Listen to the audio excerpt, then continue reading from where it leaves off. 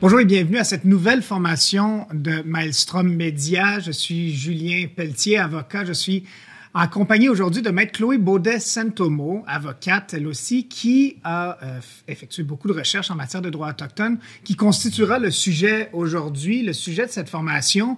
Sujet vaste s'il en est un. Bonjour maître Chloé Baudet-Saint-Tomo. Bonjour Julien. Expliquez-nous un petit peu d'abord la nature de vos recherches que vous avez effectuées dans le domaine pour placer l'auditeur. Tout à fait.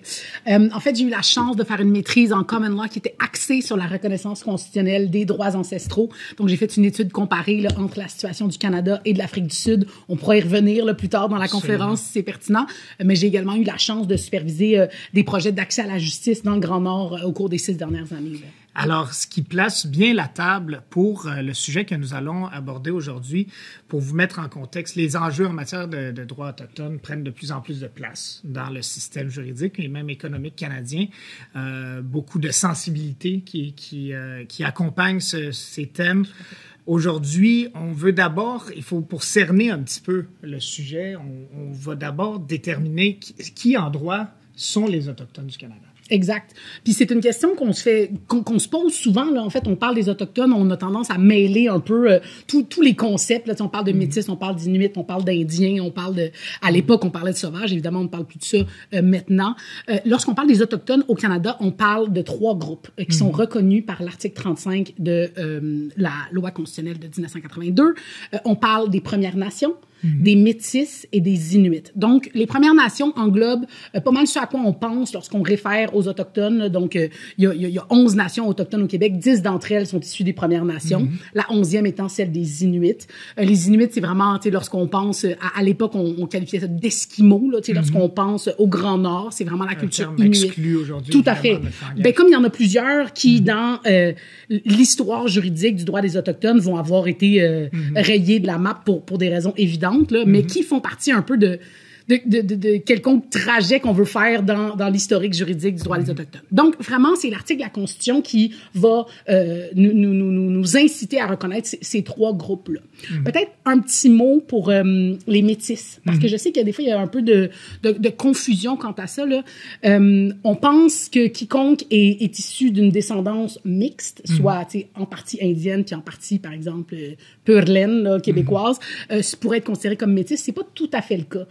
Le groupe que je cherche à reconnaître la Constitution à travers ça, c'est vraiment des groupes qui ont des identités distinctes. Donc, le libellé, là, c'est davantage un peuple distinct qui, en plus de son ascendance mixte, va posséder sa propre coutume, sa propre identité, qui est reconnaissable de un, mais oui, distincte de la culture inuite ou indienne de laquelle elle est issue et européenne. Donc, il faut vraiment que ça soit un groupe distinct et reconnaissable qui forme les Métis. Là, c'est pas n'importe qui est issu d'une ascendance mixte. Et quelles sont, si on veut, les implications d'être soit Première Nation ou Métis? Évidemment, il y a des impacts juridique, il y a des conclusions juridiques qu'on peut tirer de ça. Tout à fait. La plus évidente, je pense, c'est que la loi sur les Indiens, qu'on connaît bien parce qu'on en entend beaucoup parler, ne s'applique pas aux Inuits. Elle est exclusivement appliquée aux Premières Nations et aux Métis. Là, c'est une décision qui a été rendue relativement récemment par la Cour suprême. Mais bref,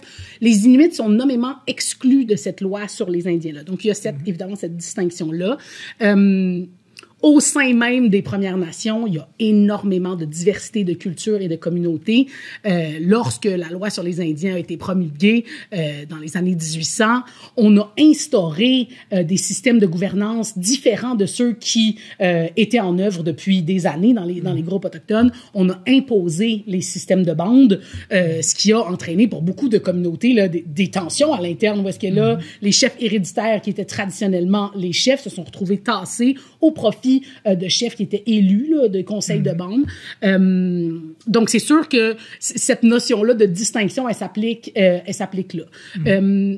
je voudrais mentionner aussi dans qui sont les Autochtones, puisqu'on est sur la loi sur les Indiens, qu'il y a des considérations d'appartenance à la bande là, qui entrent en compte. Là. Donc, tu sais, on parle de... on parle des Autochtones, on parle des Premières Nations, on parle des Métis, mais qui sont-ils? Comment détermine-t-on s'ils font partie de cette communauté-là ou pas? Évidemment, ça sera une surprise pour personne d'apprendre que la loi sur les Indiens, lorsqu'elle a été promulguée, d'ailleurs, quand je parlais de sauvages tout à l'heure, c'est exactement ça à quoi je faisais référence. Ça s'appelait l'Acte sur les sauvages, l'Acte des sauvages. On remonte loin, là. On remonte très loin, mais en 1800, je pense, si je ne m'abuse, j'ai 1876. Donc, oui, c'est la première mouture de la loi. Elle est évidemment extrêmement discriminatoire et raciste. Pour vous donner un exemple, la discrimination qu'on peut y voir entre les hommes et les femmes, alors qu'un homme qui se mariait hors communauté conférait son statut d'Indien à sa nouvelle épouse et ses enfants, une femme qui faisait pareil perdait, elle, son statut d'Indien plutôt que de le partager au reste de sa famille. Là. Donc, ça, c'est un exemple parmi tant d'autres. Mais donc, cette loi sur les Indiens-là va s'être appliquée seulement à ce qu'on considère comme étant les Premières Nations et les Métis, et non aux Inuits, qui...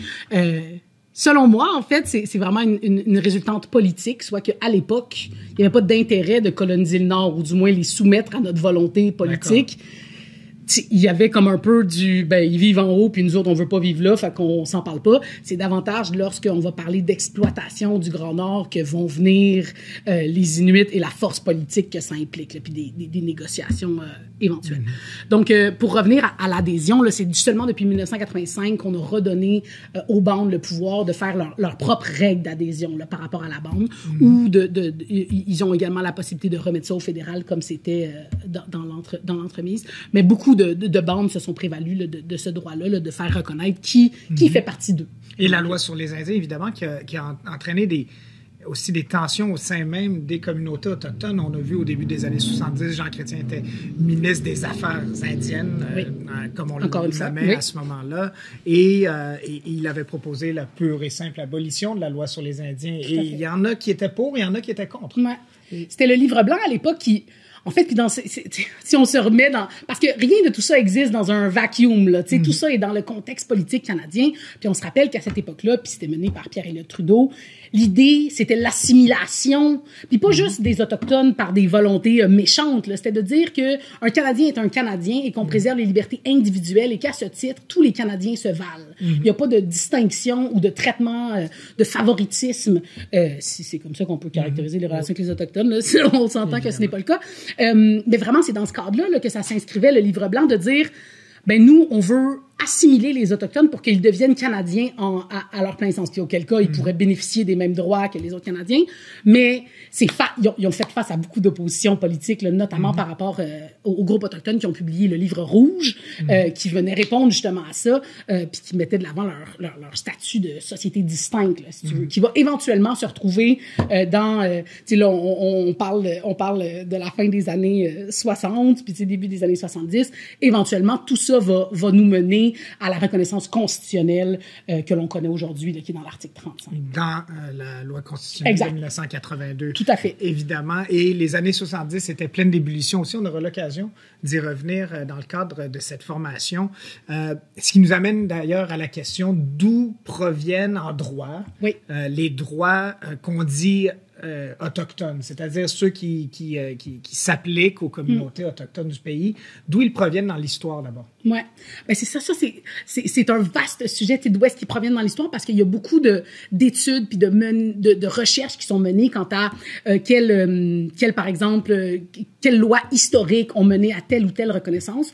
Ce que je dirais, c'est que la réelle base du droit autochtone tel qu'il est reconnu dans le droit canadien aujourd'hui, c'est l'occupation préalable du territoire. Donc, j'y arriverai là parce que je veux expliciter ça davantage, mais c'est vraiment ce qui est la base du droit qui, ensuite, lui, est reconnu dans la Constitution. Parce que on dit que les droits ancestraux des Autochtones, nommément les Premières Nations, les Métis, les Inuits, sont reconnus. Donc, c'est dans le fait de l'occupation antérieure que se base le droit auquel ils prétendent aujourd'hui. Mais ce droit-là est reconnu de diverses façons dans des lois, dans des décisions à travers le temps. Peut-être que, avant d'entrer dans ça spécifiquement, je dirais qu'il y a évidemment les droits qui sont reconnus par les traités. Puis je ne veux pas m'y arrêter trop longtemps, simplement parce que, évidemment, ils sont spécifiques au traité qui a été conclu. Simplement pour mentionner peut-être quand même que on négociait pas nécessairement d'égal à égal des traités. Là, donc, il y a cette notion-là de comment c'est un droit, c'est un traité, on a convenu entre nations de tel droit. Généralement, les traités visaient l'extinction des droits. Donc, on cherchait à échanger quelque chose aux populations autochtones pour obtenir cette extinction-là des droits. Lorsque j'ai assisté à des conférences offertes par des membres issus des communautés autochtones, dans ce cas-là spécifiquement, c'était un avocat cri, il disait... Dans ma langue, il n'y a pas la notion de propriété. Il y a cette notion-là qui, puis je veux pas m'y arrêter trop longtemps, mais il y a vraiment des réelles considérations morales et éthiques à savoir, est-ce que ces ententes-là ont été faites sans dol, là, en pleine connaissance de cause. Puis c'est quelque chose, par exemple, que la Déclaration des Nations Unies sur les droits des peuples autochtones va beaucoup mettre de l'avant, soit le consentement réel et raisonné là, des communautés avec lesquelles on parle. Donc c'est ça. Il y a les traités, évidemment. Ce qui nous intéresse davantage, c'est justement l'occupation préalable du territoire. Là.